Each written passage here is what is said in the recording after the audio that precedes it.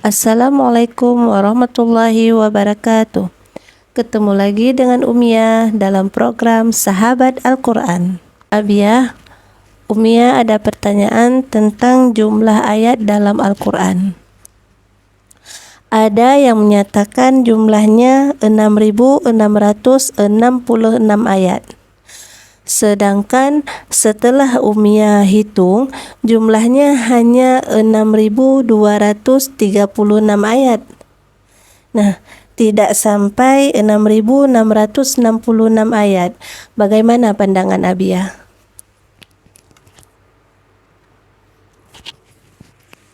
Bismillahirrahmanirrahim.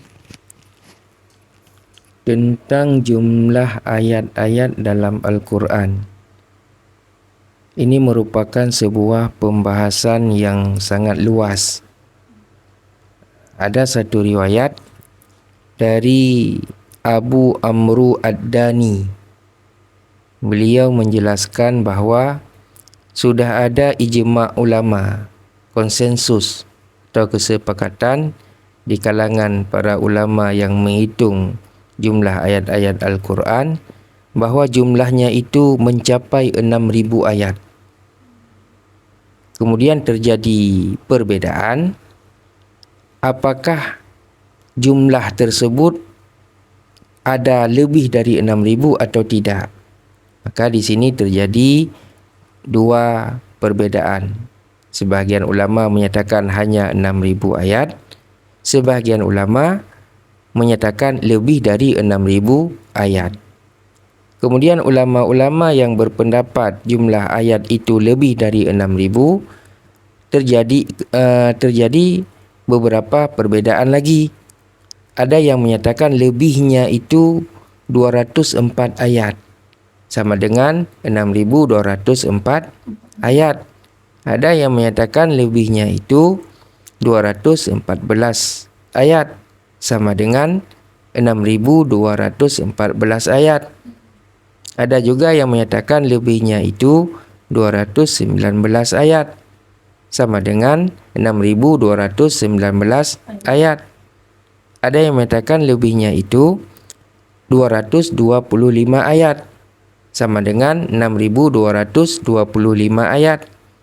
Ada yang menyatakan lebihnya itu 236 ayat, sama dengan 6.236 ayat. Yang 6.236 ayat ini sama seperti jumlah yang sudah Umiyah hitung tadi.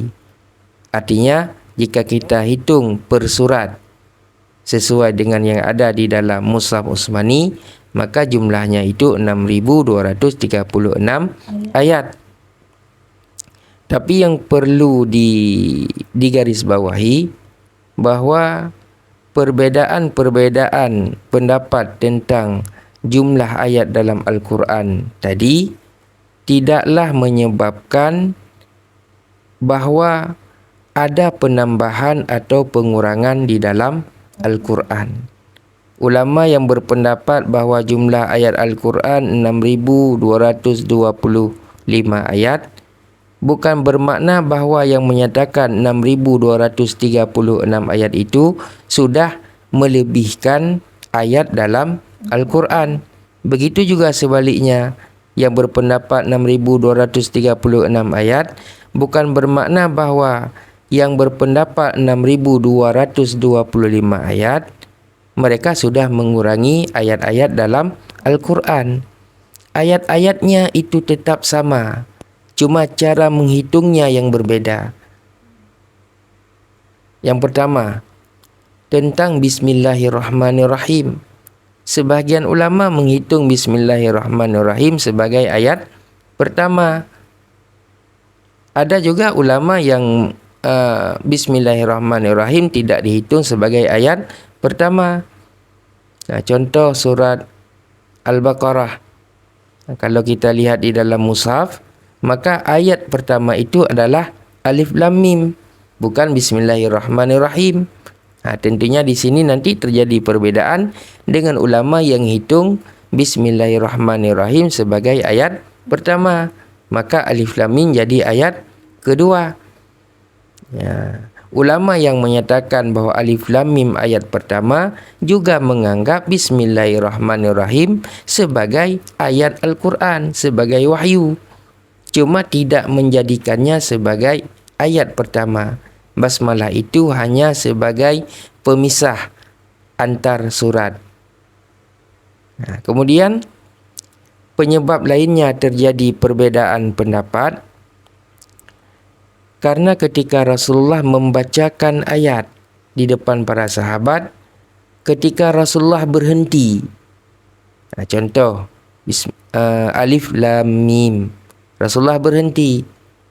Kemudian Rasulullah lanjutkan zalikal kitabul la raiba fihi hingga seterusnya. Maka sebahagian sahabat menganggap berhentinya, wakafnya Rasulullah di Alif Lam Mim berarti Alif Lam Mim itu ujung ayat. Maka sebahagian sahabat menganggap Alif Lam Mim itu ayat pertama. Beda dengan zalikal kitabula. Artinya antara Alif Lam Mim dengan zalikal kitabula itu dua ayat. Sebagian ulama menganggap wakafnya Rasulullah itu bukan di ujung ayat, hanya sekedar wakaf, berhenti. Maka Alif Lam Mim dengan zalikal kitabul la raiba fi itu dianggap satu ayat. Maka disitulah terjadi penyebab terjadinya perbezaan hitungan dalam Al-Quran. Kemudian ini juga perlu digarisbawahi, perbezaan jumlah-jumlah tersebut jika kita sudah menghitung seperti tadi 6.236 ayat, itu jangan kita salahkan jika ada yang menyatakan bukan 6.236 ayat, karena hitungan tersebut memang dihitung oleh ulama-ulama yang ahli di bidang Al-Quran. Yang terakhir tentang 6.666 ayat tadi. Jika kita lihat di dalam kitab ilmu Al-Quran, tidak ada riwayat yang menyatakan 6.666 ayat. Pendapat ini disampaikan oleh seorang ulama dunia yang berasal dari Indonesia, yaitu Syekh Nawawi Al-Bantani. Di dalam kitab beliau Nihayatuz Zain, beliau menulis bahawa jumlah ayat-ayat Al-Quran adalah 6.666 ayat. Tapi ada keterangan lanjutan di depannya, bahawa kenapa jadi 6.666 ayat.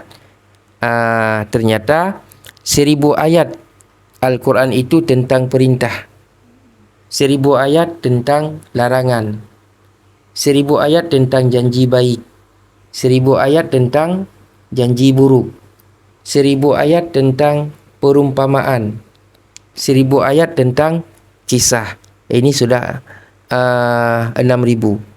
Kemudian 500 ayat tentang hukum halal dan haram, 100 ayat tentang nasikh dan mansukh, sudah 6.600 ayat. Kemudian 66 ayat tentang doa, istighfar dan azkar atau zikir. Jumlahnya 6.666 ayat. Hitungan ini sesuai dengan isi kandungan Al-Quran, bukan hitungan per ayat. Ayat pertama, ayat kedua, bukan seperti itu hitungannya. Seluruh isi kandungan Al-Quran itu jumlahnya 6.666 ayat. Dan hitungan seperti ini menunjukkan bahawa luasnya ilmu beliau. Ada juga di dalam, kalau tidak salah di dalam Tafsir Sawi, pendapat daripada Ibnu Al-Arabi, seorang ulama dari Spanyol. Beliau wafat tahun 543 Hijriah. Di dalam surat Al-Baqarah saja itu terdapat 1.000 ayat tentang perintah, 1.000 ayat tentang larangan di dalam surat Al-Baqarah saja. Jika kita hitung surah Al-Baqarah itu hanya 286 ayat. Tetapi menurut hitungan isi kandungan surat Al-Baqarah, menurut Ibnu Al-Arabi, itu perintah saja sudah sampai 1000 ayat. Artinya hitungan-hitungan seperti ini bukanlah hitungan per ayat, tetapi hitungan isi kandungan Al-Quran. Dan ini menunjukkan keluasan ilmu-ilmu ulama-ulama tersebut. Demikian. Wallahu a'lam bishawab. Terima kasih Habia penjelasannya.